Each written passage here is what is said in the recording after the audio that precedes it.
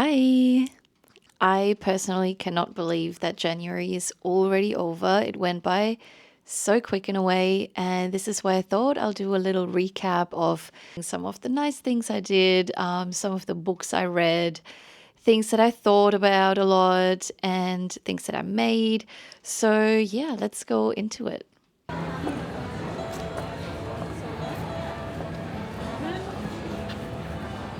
Chris and I started the year a little bit differently from what we usually do, which is watching the fireworks in Sydney Harbour because that's where we lived for the past couple of years. But now that we're in Tokyo, we decided to do something completely different. A lot of people here go to a shrine on the first day of the new year.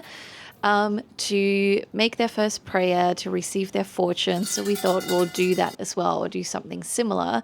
We went to a very specific shrine where they actually did a fox parade to welcome the new year. So there were a lot of people dressed up as foxes, and at 12 o'clock, they started parading from one shrine to a different shrine. So that was very, very interesting to watch. So that was really cool, and that was a very kind of mindful and more peaceful way to start the new year.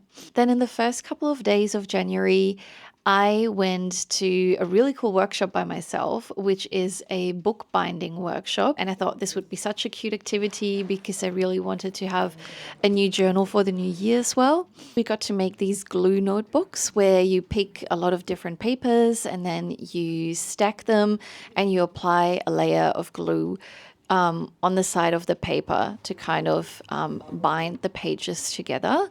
And you even get to emboss your name or anything that you want to on the cover of the notebook. So that was a really fun activity to kick off my January. And what else did I get up to? Oh, yeah, the next big thing that I did in January was I hosted my first pop-up with a few friends because if you remember back in November, December, I set myself the challenge to only give handmade Christmas presents to my friends, and I really got into making things out of air dry clay. And at some point, I got together with my friend, and she is also an artist. She does a lot of knitwear and crochet work. We were making so many things, and we were spending so much money on material as well that we thought, why don't we host a little pop up where we can sell some of our products. We rented this little space near where I live, which is almost like a little pop-up gallery. So you can rent it out for a few days, and it's not too expensive either. And it is this really cute, antique-looking wooden room. They have a lot of furniture in there as well that you can use, a lot of tables that you can use for display, for example. And we had so much fun doing it. We ended up inviting two more friends to join us for the pop-up. It was a really great experience, and so many of our friends came to visit us and support us. Some of them brought us snacks, some of them brought us some flowers. We ended up exchanging a few products as well. And yeah, it was a really great memory. And I think I also learned a lot for if I ever want to do this again. Then a few days back, we went to the Hello Kitty exhibition. That was also really cute. It was incredibly full, I will admit, but the way that they organized the exhibition, I really liked it. There was a room, for example, where they had lots of walls where they color coordinated a lot of Hello Kitty products and just created these color coordinated walls. That was really cute. They had a little film as well that showed all the different iterations of Hello Kitty throughout the years. We had a great time, and we went to eat some really delicious sushi after.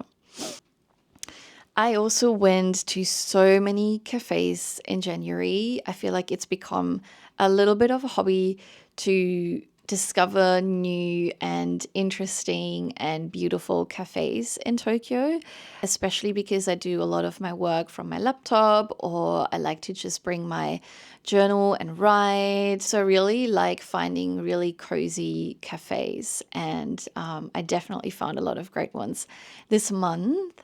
One of my favorite, which wasn't necessarily a cozy cafe, but I still really liked it, is this place called Epulor in Nakameguro. And it was a vinyl cafe slash bar. And the interior was just right up my alley. It was so beautiful. And Chris and I got really lucky because when we arrived, there was no one there. Apparently, there's usually always a big line. We had a matcha latte and a matcha soda, which were both really delicious. And they had a vinyl DJ there who was mixing different vinyls, and they were all kind of old classic jazz and blues records, which I really loved. So that was a really great experience. And then I went to another cafe that was a reading cafe, which I also really enjoyed. It was really quiet in there, and there was only two other people and I. And I brought my own book, but you can also, they have a little library where you can also browse books and maybe pick one and read one.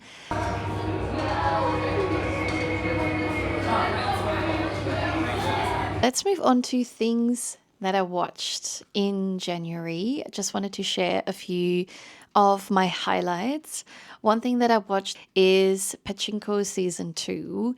Now, I haven't read the book yet, but I love the TV show, and it's made me want to really read the book as well, especially because season 2 ended on a really big cliffhanger. I feel like I can't wait for season 3. I already loved the first season, but I feel like the second season, it really picks up speed, and there's a few time jumps in there as well. And the acting is just incredible.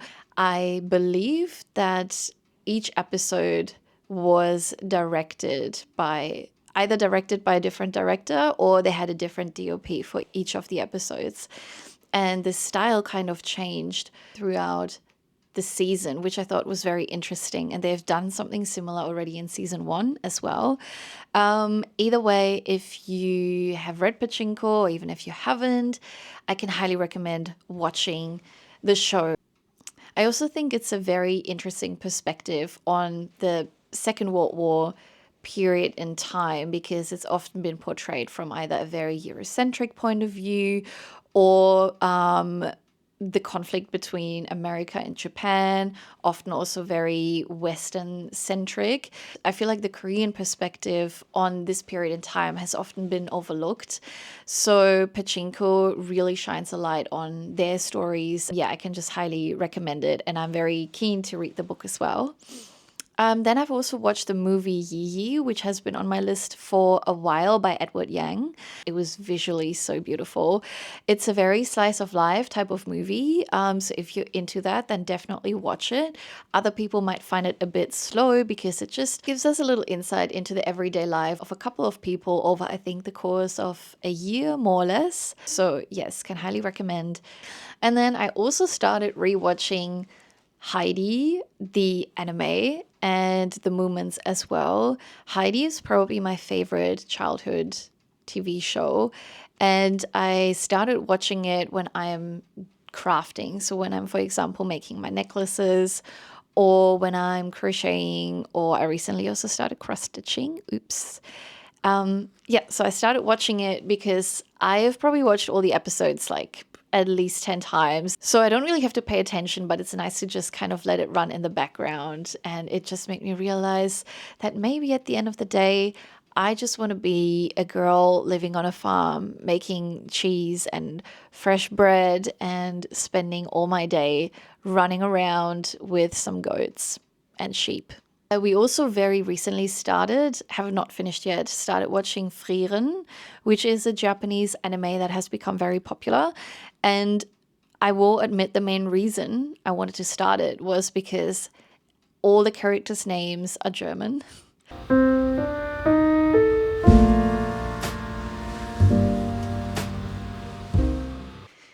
One of my New Year's resolutions has been reading a little bit more again as well. I've already started or attempted that last year too, and I really have been enjoying reading books again and reading all sorts of different genres. So this month I've kicked off with this book, Blue Sisters. So this book is probably not my very usual genre. It's a very contemporary story about 4 sisters, and they're very different in character, and kind of their lives slowly but surely drift apart. But then one of the sisters very unexpectedly passes away, and it is somewhat a wake-up call, and it brings the other 3 sisters back together. I found this book really good. It really drew me in, and I loved how it went very deep into each character's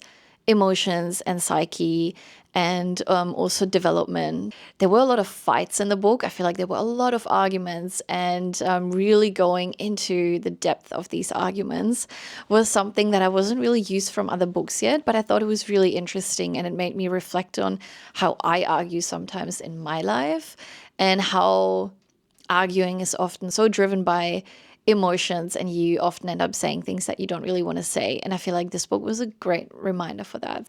The other two books that I started reading, I haven't finished them yet, but they're not really books that you kind of like finish in one go anyway. For me, they are books that you always return to. So one of them is, I can't believe I got my hands on it, The Art of Memory Collecting by Martina Calvi. It's been sold out for the longest time, and I have really been trying so hard to find it.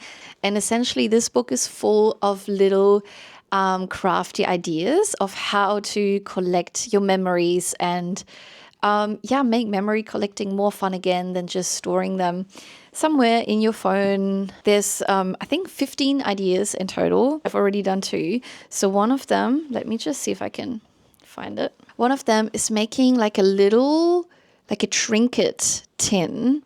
And I have already made that. I actually made that yesterday, which was the last day of January. There's so many great little ideas in, and I also love the photography in this book, and just like the overall aesthetic is just very me coded. And I just really love reconnecting to physical media. And by that, I mean not just buying a lot of, like useless stuff, but I feel like when it comes to our photos, our memories, or things we listen to, things we read, a lot of it these days is digital.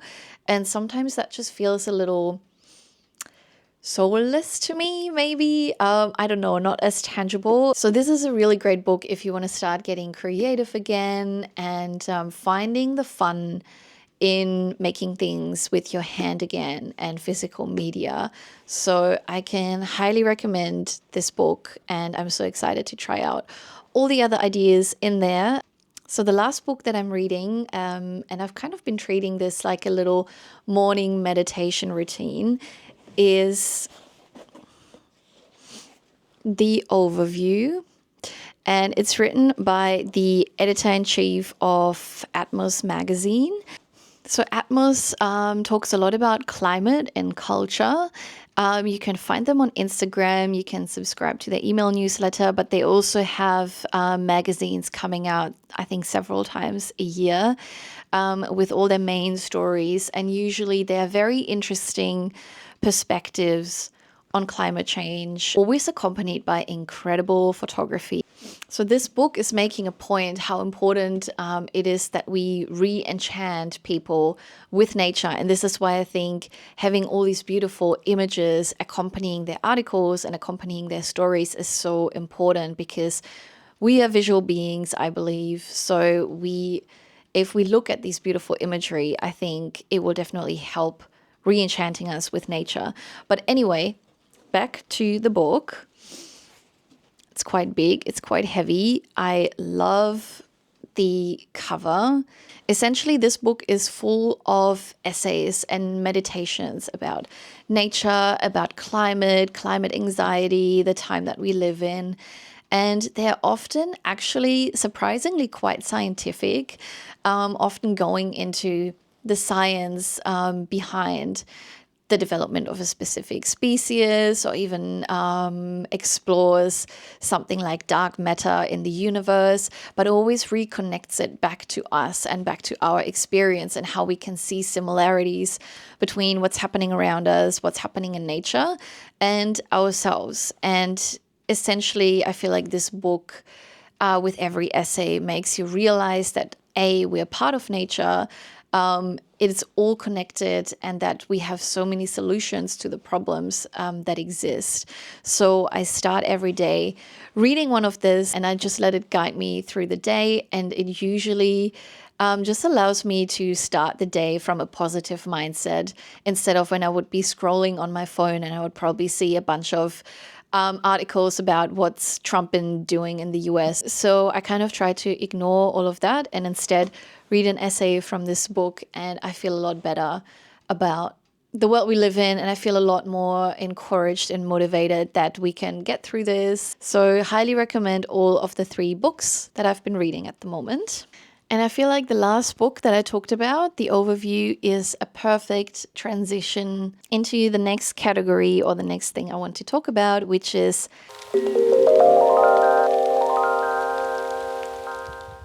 there's definitely been a big theme in January, which has been climate change for me, which is not very surprising considering that is always or like very often on the forefront of my mind.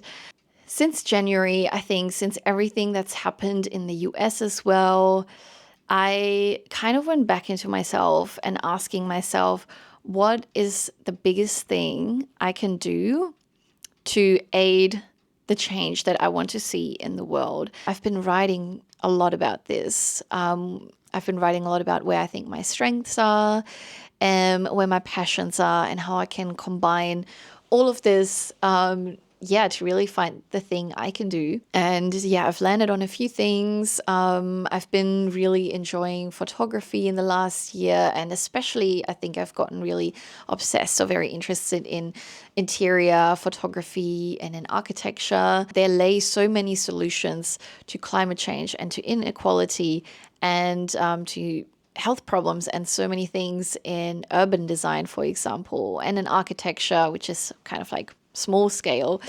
And I really love looking or like reading into more sustainable and more ethical architecture, for example. And while I'm not sure if I will ever go back to uni and study architecture or study urban design, I think maybe I can play a small part in talking about the solutions that already exist by going and photographing these types of projects. So that was one thing I came up with. And then another thing I came up with was that I've been really enjoying making things myself instead of buying things that are already pre-made, learning how to crochet and maybe make my own scarf, make my own jewelry, and so on. And I've found so much joy in that, and it's been so much more fulfilling than scrolling on my phone all day. And it really kind of triggered something in my brain and made me think about how maybe creativity and having the time and the space to be creative and to create might be the cure or the antidote for overconsumption. Because I really think overconsumption comes from us not having the time or not having the headspace to make things, and instead it's so much more convenient to buy something. And then I went, of course, down into the rabbit hole of, okay, but why do we not have enough time? And then we get to 40-hour work week, overtime being the new normal, some countries are not having paid leave or very little paid leave, and how the system essentially constantly keeps us exhausted at the end of the day, mentally and physically sometimes, so that all we want to do is watch TV and scroll on our phone. And I think that's really the root of a lot of problems that we have. And I addressed that by taking a gap year where I was essentially hardly working, which is a huge privilege, which I'm aware of. It's a big privilege that I can do that, and that I had savings that allowed me not to worry about money too much. Yeah, I really had the time to be creative again. And I think I really want to spread this joy in being creative and finding the time, no matter how, no matter where, to replace very passive hobbies with more active hobbies. Because in the long run, I think sometimes it can be quite hard to get started, especially if you're not very good at something yet. But at the end of the day, I think it will be super rewarding. Anyway, these are a few thoughts that I had this month. I feel like very existential thoughts, which might be normal in January because we always have this idea of having to start fresh in January and thinking a lot about how we want to live our lives. So I'm guessing it kind of comes from that sentiment. But admittedly, I think about this stuff a lot.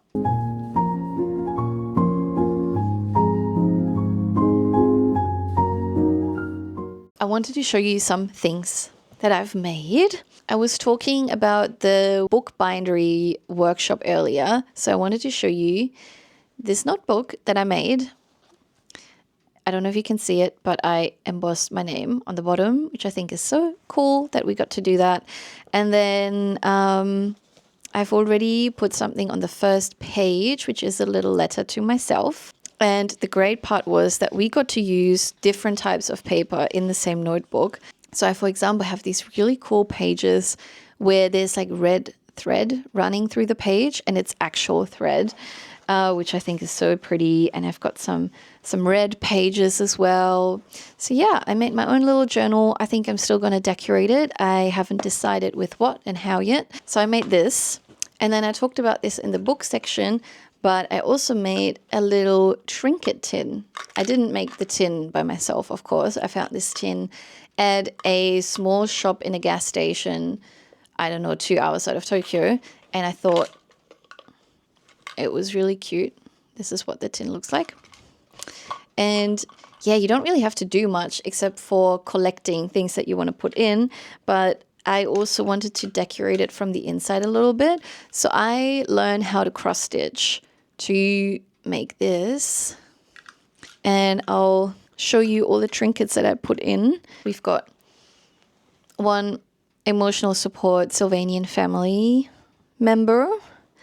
I got my Tambourines Charmel perfume, which is my favorite perfume ever. Then I got a lighter from Non-Private, which I got as a little something extra when I ordered something from them. And I don't smoke, but I still think it's always good to have a lighter on you because you never know when you need to light someone's birthday candle, for example. So yes, I've got a lighter in there. I've got a few little stickers. This is actually not a sticker. This is what's called a Glanzbild in German. And essentially they used to be very trendy in, I think, the 70s, 80s, 90s for like photo albums, to decorate photo albums and stuff. And I found this here at a little market and it just brought me back. I think my mom used these a lot as well. And then we've got the Hello Kitty and Monchichi collab stickers. This one's the Hello Kitty version, but I also have more with Monchichi on it.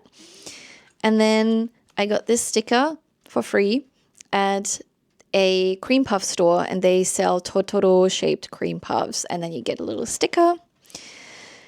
Then I got my 2025 fortunes in this little envelope, and my fortune this year was actually quite good, so this is why I thought it would be nice to add it in this little envelope. And essentially it said that good health is coming my way and money as well if I act wisely or something like that. And then I also got this little good fortune shrimp, and I think this also stands for good health, and it came with my fortune. And then I've got this little locket heart, and inside the locket heart, one sec, let me open it, is a picture of Chris and a picture of my cat. And that's all I have in my little trinket tin. So cute. I really love it, and it kind of can serve as a little time capsule as well, I think. Okay, I think this is my favorite necklace that I've made so far, and I made it by just kind of experimenting a little bit. But we've got I made a little cow charm out of clay, and I kind of freehanded this one. I'm not very good with sculpting, but I think this actually turned out really cute. And then I added some freshwater pearls, and I also added some velvet, and then it's got some freshwater pearl drop ends. But yeah, this is my new favorite necklace now. Like, look how cute this little cow is, and I made it myself. So these are a few things I made, and I think that wraps up things I did, things I watched, things I read, things I thought, and things I made. Yeah, I really hope you enjoyed this little recap. Let me know if you have any questions to the things I talked about. Definitely let me know if you have any book or TV recommendations as well. I'm always really open to new things to watch and new things to read. And yes, I hope you have a lot of exciting things planned for February as well. I hope it's going to be a great month for you, and see you in the next video.